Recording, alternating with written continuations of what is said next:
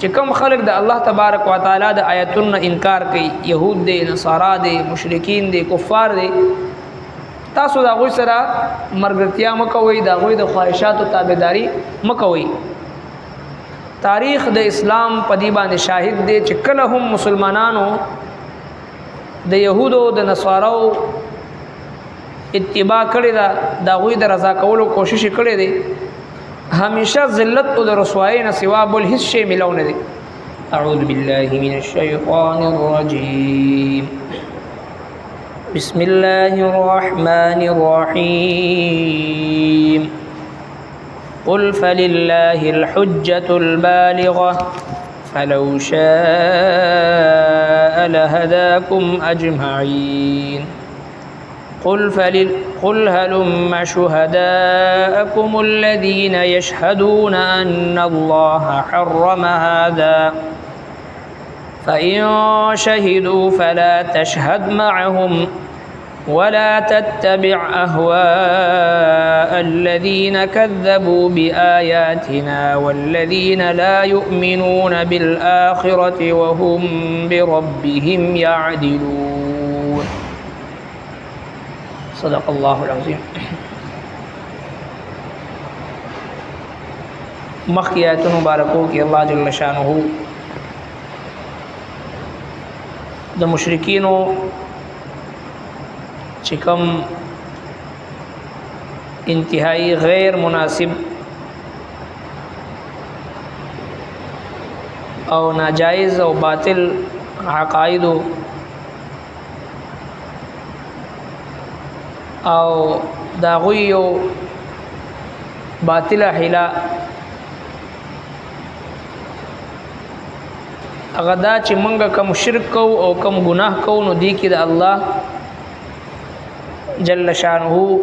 رضا چې دی نعوذ بالله شامل دی. کچری الله پاک نه غوښتلی نو موږ به دا گناه او دا شرک دا به موږ نه وکړي. الله رب العالمین دا غي جواب دا ارشاد فرمایل چې سرنګ دی دروغ وي دغه سي د دوی نه مخکینی قومونو هم دغه سي دروغ ویلو او بیا زمون په عذاب کې گرفتار شو او دوی تش د ګمانونو مطابق چې د ژوند تیری. اوس په دې کې وته فرمایي چې حجت او دلیل صرف او صرف د الله تبارک وتعالى هغه پوره دلیل دی او کچری الله جل شانه غختلی نو تاسو ټول ته هدایت درکړو. او بیا فرمایي زما محبوب پیغمبر دوی ته وایا تاسو راولي خپل شهدا، خپل گواهان او خپل علما چې هغه دې خبره گواهی ورکړي چې الله تبارک وتعالى ستاسو چې کوم د حلت او د حرمت د حلالولو حرامولو چې کوم څه تاسو شروع کړی د دې اجازه تاسو ته د الله تبارک وتعالى طرف نه ملوي نو په دې باندې څه دلیل پیش کړي. او بیا نبی کریم صلی الله علیه وسلم ته او مسلمانانو ته دا حکم فرمایي کچری دغه يهود په دروغ باندې قسم وکي او شهادت او گواهی ورکي د دوی اهل علم نو تاسو دوی سره پاغي کې گواهی مور کوي ځکه چې دوی نه عین دا امید شته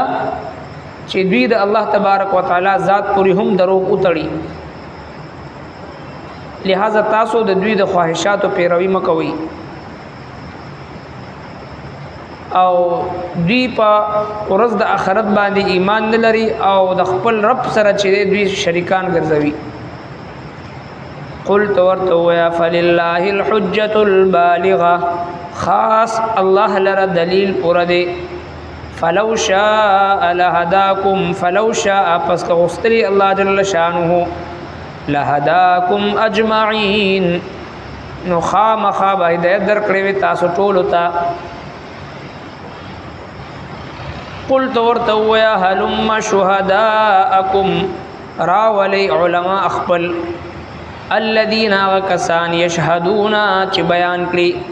ان الله چې بشک الله جل شانه حرمها دا چې حرام کړی دا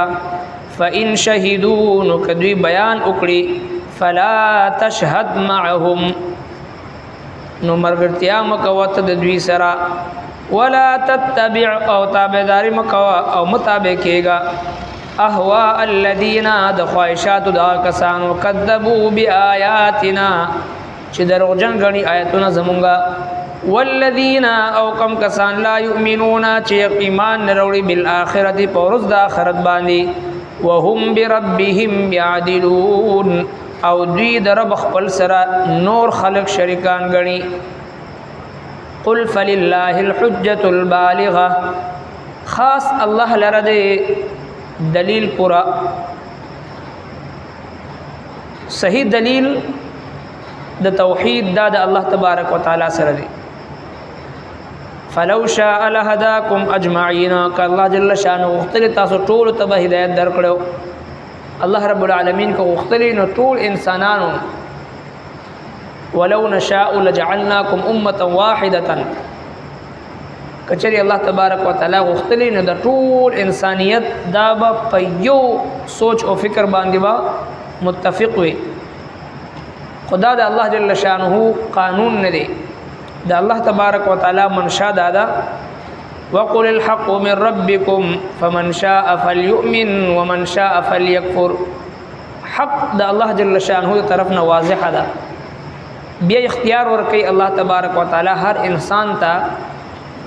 چې دی په کوم لار باندې او په کومه طریقه باندې دی ژوند کوي انسان ته اختیار ورکي البته دومره دا چې ولا يرضى لعباده الكفر د خپل بنده په کفر باندې خوشحاليږي نه و ان تشکروا يرضه لكم کچری یو بنده د خپل د رب شکر ادا کی او د خپل د رب عبادت کی او د خپل د رب د نعمتونو قدردانی وکي نو پدی باندې الله جل شانه خوشحاليږي نو البته الله تبارک وتعالى انسان ته اختیار ورکړي دی چې کوم عمل دی کول غواړي په دنیا کې د الله تبارک وتعالى مشیت او د الله تبارک وتعالى د طرفنا اختیار د حاصل دی یو د الله مشیت دی او یو د الله رضا ده نو د الله جل شانه رضا چې دی هغه په نیکو اعمالو کې دی او چې کله یو انسان د الله نافرمانی کوي رب کائنات چې وغواړي نو په زور هم دې د ګناه نه منې کولی شي خو اختیار ورکړي د الله جل شانه هر انسان ته ځکه حدیث پاک کې راځي د الله محبوب پیغمبر صلی الله علیه وسلم مبارک فرمایي چې کله الله جل شانه چا سره محبت وکي یو بنده سره الله جل شانه محبت او فرمایي هغه بنده د ګناهونو نه داسې حفاظت کوي څرنګه چې تاسو د خپل د بیمار حفاظت د اوبو نه کوي چې کله هغه د پاره اوبو نقصان ده وي یو بیمار داسې وي چې ډېر حساس بیمار وي او اوبو د هغه د پاره نقصان ده وي مهلک وي نو هغه د هغه تیمداران او د هغه خدمتګاران او د هغه رشتہ داران ډیر حساس او محتاط اوسېږي داغي په حواله سره تر دې پورې چې یو ګلاس کې هم اوبو دغه په خوا کې نه پریدي چې دته دا اوبو څو پیوانړي او دته په نقصان نه رسېږي د په زخم باندې اوبو توي نشي دغه حفاظت کوي د اوبو نه نو د الله محبوب پیغمبر فرمایي چې کله الله جل شانه چا سره محبت وکي نو د هغه د ګناه نه داسې حفاظت کوي څرنګه چې تاسو د خپل د بیمار حفاظت د اوبو نه کوي چې کله هغه د پاره نقصان دی نو معلومه شو دی حدیث مبارکه نه چې الله جل شانه چې چا سره محبت وکي نو هغه ته د ګناه موقع نه ورکي الله تبارک وتعالى چا سره محبت وکي نو داغه اعضاء او داغه اندامونه داغه وخت داغه جان داغه مال داغه وخت دا په ګناه باندې نه صرف کیږي او په ګناه کې نه خرج کیږي دی وجنه همیشه چې کله هم انسان وګوري چې رزما جبا دا د الله فرمانبرداري د لپاره استعمالي او زما لاسونه خپې زما مال او دولت او زما وخت لګیا دی د الله جل شانه په اطاعت کې صرف کیږي نو دا د الله جل شانه ما سره مینه ده فلو شاء لهداكم اجمعين کچره غختلې نو ما ټول ته هدایت ورکړې تاسو ټول ته خدا د الله جل شانه حکمت دی اختیار ورکړي بیا دی کفار ته وی چې حلم شهداءکم را ول تاسو علما خپل الذين كسان يشهدون چې گواہی ورکړي چې بیان کړي ان الله حرم هذا چې بشک الله جل شانه حرام کړی دا داسې تاسو گواهان را ولې چې کوم سیز تاسو ځان نه حلال کړی دی او حرام کړی دی باندې اوس دلیل او ثبوت پیش کړي بیا الله تبارک وتعالى فرمایي چې دا خدا سے خلق دی چې په الله جل شانه باندې دروغ وایي کې دې شي دوی کې داسې بے ادب او ډېر ظالم لوی پدې کې دا پیدا شي چې را پابسي یو خبره به وکي او دا غي نسبت به الله تبارک وتعالى طرف ته بکینو فإن شهدوا فلا تشهد معهم نو کدی بیان وکړي به دلیل فلا تشهد معهم نو مرګتیا مکوي تاسو د دوی سره کدی شهادت هم ورکي دروغ باندې نو تاسو دوی سره مرګتیا مکوي ولا تتبع اهواء الذين كذبوا بآياتنا او مطابق کېګا دا خواهشات دا کسانو چې دروغجن غني آیاتونه زمونږه چې کوم خلق د الله تبارک وتعالى د آیاتونو انکار کوي يهود دي نصارا دي مشرکین دي کفار دي تاسو دا غوي سره مرګتیا مکوئ دا غوي د خواهشاتو تابعداري مکوئ تاریخ د اسلام په دی باندې شاهد دی چې کله هم مسلمانانو د يهودو د نصاراو اتباع کړی دا غوي د رضا کولو کوشش کړی دی همیشه ذلت او د رسوایی نه سوا بل هیڅ شی ملو نه دی نن باوجود د دینه چې یو لوی قوت او طاقت الله جل شانه اسلام مسلمانانو ته او اسلامی ملکونو ته ورکړی دی خدایي باوجود هغه سلیرش غنټي لګیا دی د يهودو د نصاراو د کفارو د خوشالولو لپاره او د قران کریم چې کوم صریح حکم دی ولن ترضى عنك اليهود ولا النصارى حتى تتبع ملتهم يهود او نصارا تاسو نه خوشاليږي نه تر څو پر چې تاسو دا غوي مذهب اختیار کړی نه يهوديت او نصرانيت اختیار کړی نه نن چې يهوديت او نصرانيت مضبوط دی هغه د اسلامي ملکونو په چې کوم دا غوي اساسي دی چې کوم دا غوي مال او دولت دی چې کوم دا غوي تیل دی دا غوي مال او دولت دی پاغي باندې يهود او نصارا منظم دی او د مسلمانانو وینتوي یا ایها الذين امنوا لا تتخذوا اليهود والنصارى اولیاء بعضهم اولیاء بعض اے مؤمنانو يهود او نصارا سره دوستانه مکوئ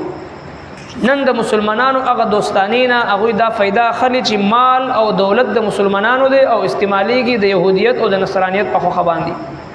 سرمایه د مسلمانانو دی تیل او ذخیره د مسلمان د تیل ذخایر د مسلمانانو دی خو استعماليږي د يهوديت او د نصرانيت په خو باندې د مسلمانانو خلاف استعمالي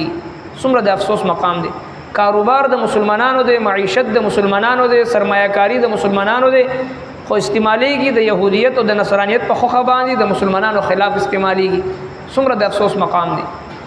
نو قران کریم مونږ ته وایي چې ولا تتبع اهواء الذين كذبوا بآياتنا تاسو د دوی د خواهشاتو پیروي مکوئ د دوی د خواهشاتو مطابق ژوند مت روي قران کریم صفاوي ومن يتولهم منكم فانه منهم څوک چې تاسو نه د دوی سره دوستانه وکي نو هغه هم دغه يهوديت او نصرانيت نه به حسابيږي يهوديان او نصارو نه به حسابي نو لہذا د يهوديت او د نصرانيت د پر خپل ځل کې د نفرت یو جذبه ساتل دا عین د اسلام او د ایمان او د قران تقاضا ده موږ تاسو په هر مانځ کې د هر مانځ په هر رکعت کې دی خبري اعاده کو غیر المغضوب علیهم ولا الضالین اے الله موږ د يهودیت د لارې نه او د نصرانیت د لارې نه محفوظ ساتي من د يهودیانو په شان دي موږ جوړ کی او نه د نصارو په شان دي موږ جوړ کی او د يهوديانو او د نصارو د تقلید نه زمو حفاظت وکي هر مانځ کې موږ دا دعا کو مفسرین کرام فرمای چې کله یو مسلمان دا دعا کوي په مانځ کې نه پکاز لکه داوی